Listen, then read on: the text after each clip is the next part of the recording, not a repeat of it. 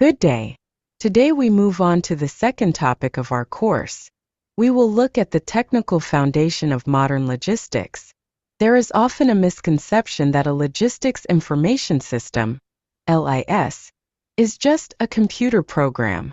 But in reality, it is a complex mechanism that collects data from the physical world, processes it, and issues commands back into the physical world. Today's lecture is structured into 3 logical blocks that will allow us to understand how digital logistics functions from the inside. First, we will break down the LIS architecture. We will find out why a logistics system is not just a program, but a 3-level complex consisting of hardware, the iron, software, the brain, and databases, the memory. Second, we will look at EDI, Electronic Data Interchange Standards. We will learn to distinguish true automated data exchange from simply sending files by email.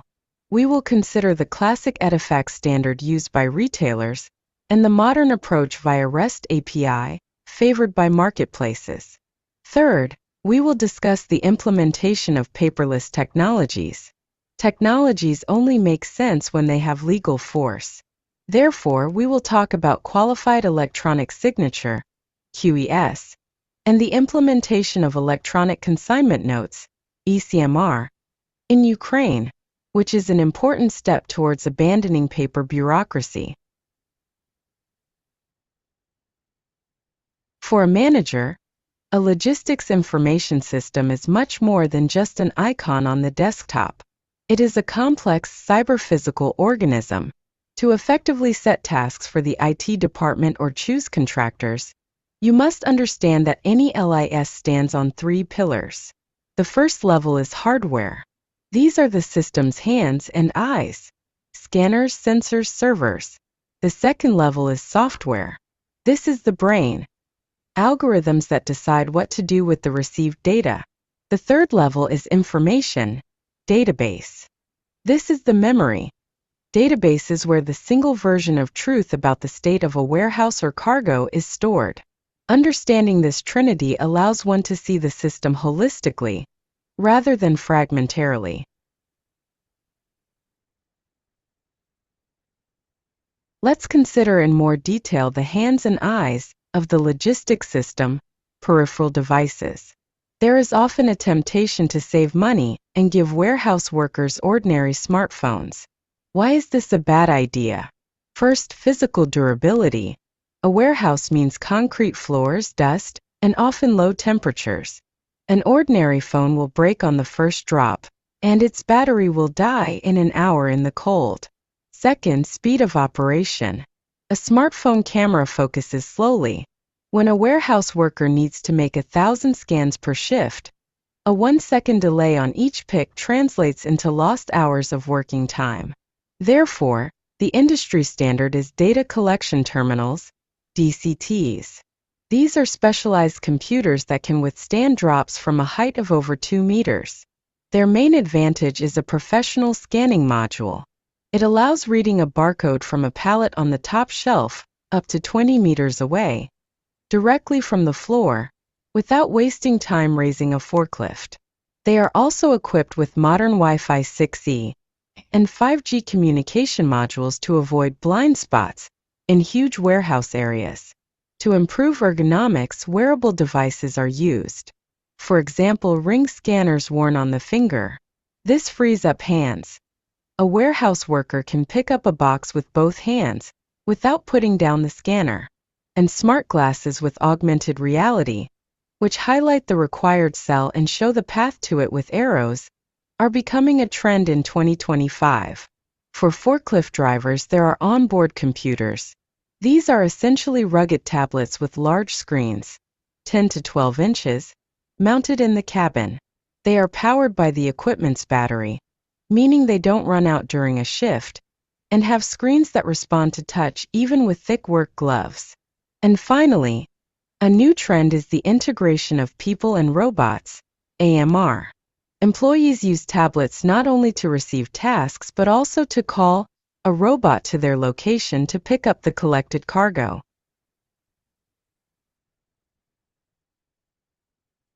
What unites all these diverse devices, from handheld scanners to onboard computers? A common operating system. Windows CE used to dominate the market, but now it's a thing of the past. As of today, Android has become the single standard for the entire range of logistics equipment. Why did businesses massively switch to Android? Firstly, its openness.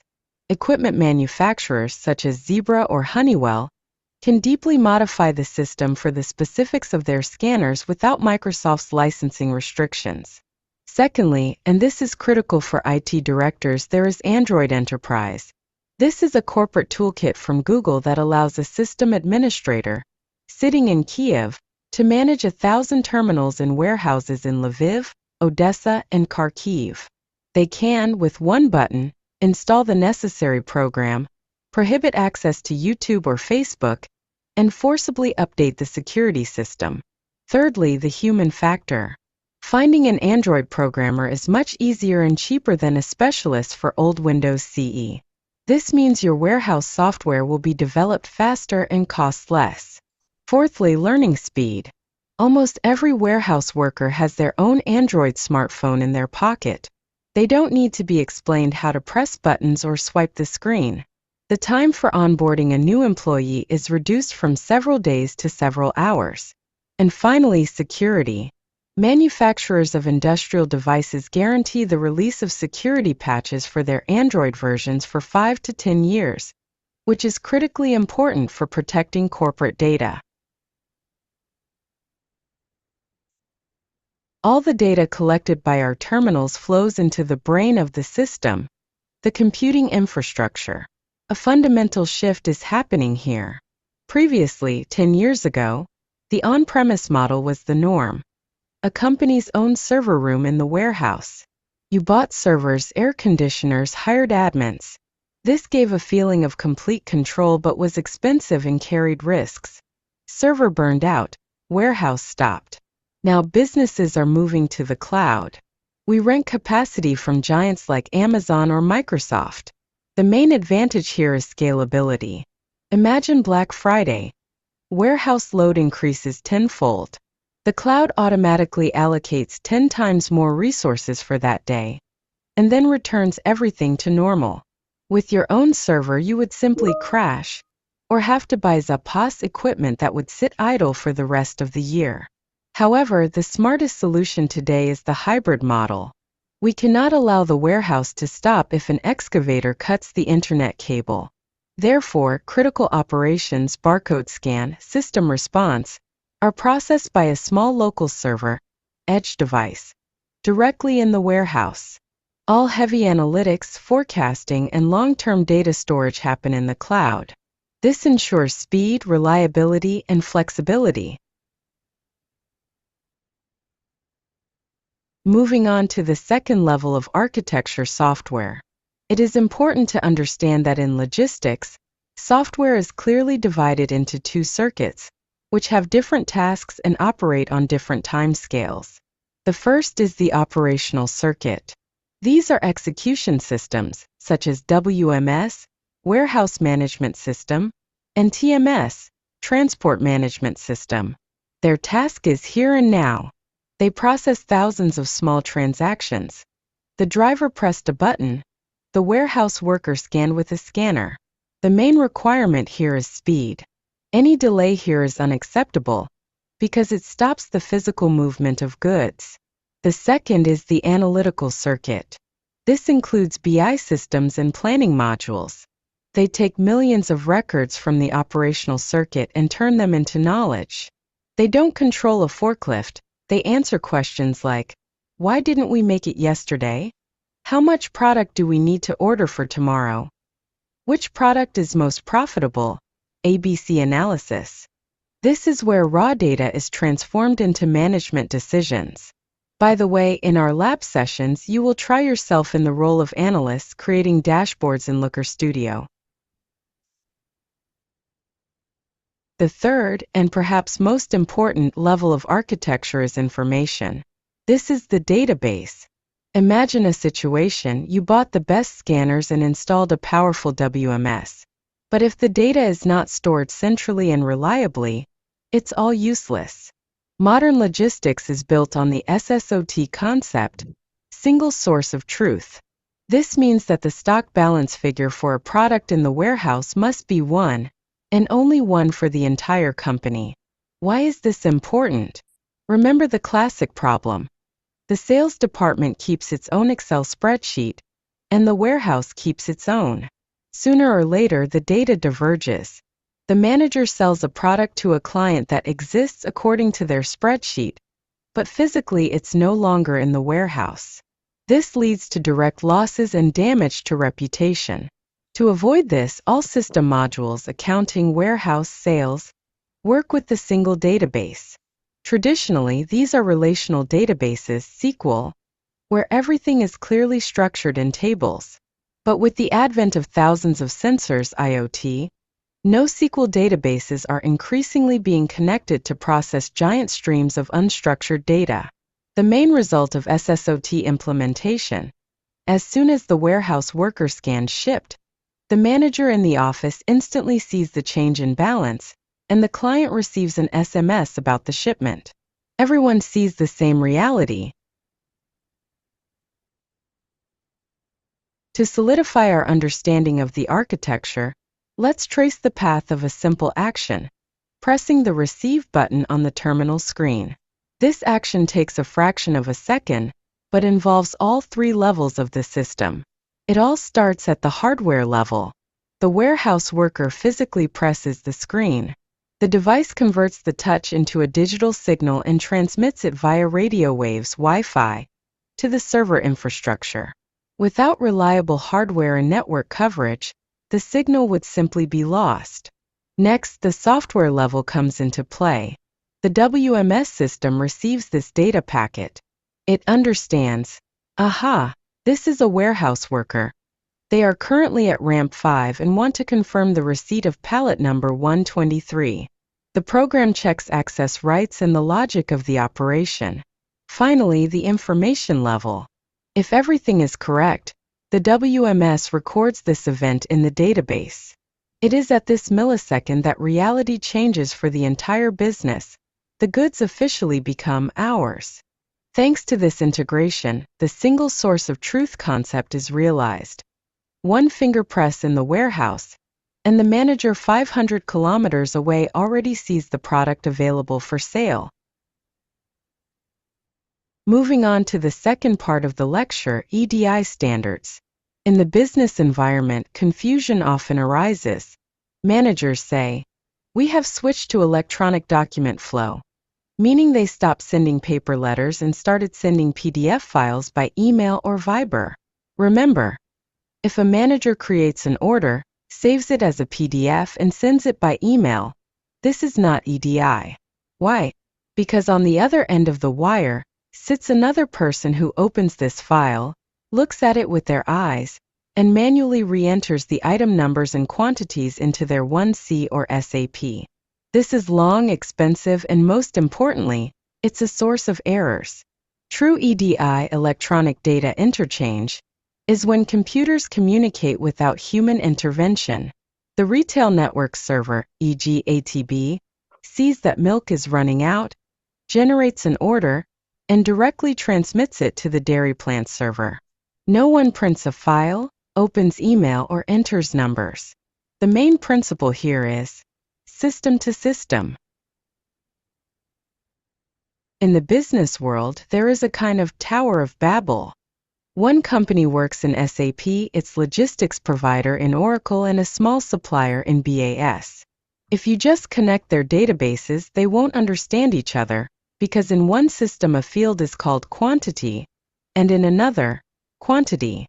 To solve this problem, a common language, a standard, is needed. Historically, the English language in logistics has become the UN/EDIFACT standard. It was developed under the auspices of the UN, and is an absolute standard for large retail, supermarket chains, international carriers. The system doesn't care how you name the column in your database. It looks for a universal field code from the UN directory. But the world is changing.